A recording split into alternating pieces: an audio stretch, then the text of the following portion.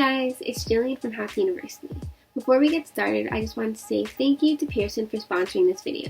Pearson is the world's leading learning company, and with their high-quality digital content, you can find all the resources you can need for university with Pearson. Pearson's ebooks are cost-efficient, they can be accessed from anywhere, and they have many helpful features to ease your university learning. So be sure to check out pearson.com for easy and efficient learning. Now, back to the video. I would recommend not buying your textbooks until after the first class, where you can ask your professors what they really want you to have. Sometimes what they list on the syllabus isn't even required, so definitely don't buy that $200 textbook just yet. Try not to buy the physical copy of a textbook. Most of the time it's unnecessary, and in my personal experience, I've never really used a physical copy of a textbook.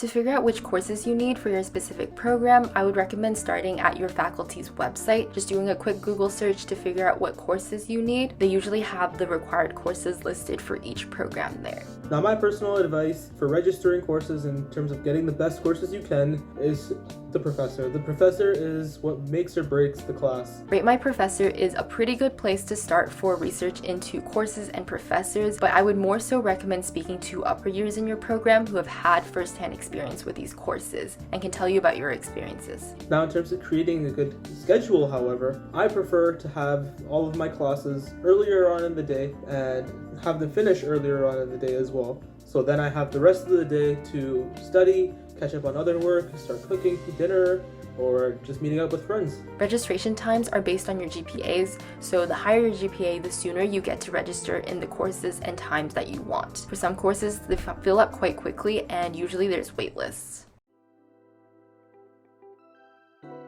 So all-nighters are definitely something that I would not recommend. I think the quality of work that you put out when you do an all-nighter is definitely less because you're super tired, and it's not very helpful for your sleep schedule as well. I would recommend getting your work done as early as you can. For me, if I have an exam coming up, I normally start studying about 7 days or 1 week in advance, and I study 1 hour to 2 hours a day, and this includes about half my time just reviewing the material and the other half doing past practice problems. I think doing past practice problems is the best way you can learn the material and actually learn how to apply it in the actual exam scenario. Throughout the term, continue reviewing what you've learned in class to retain your information better, and so you're more prepared when midterm season comes around and you're not cramming that information.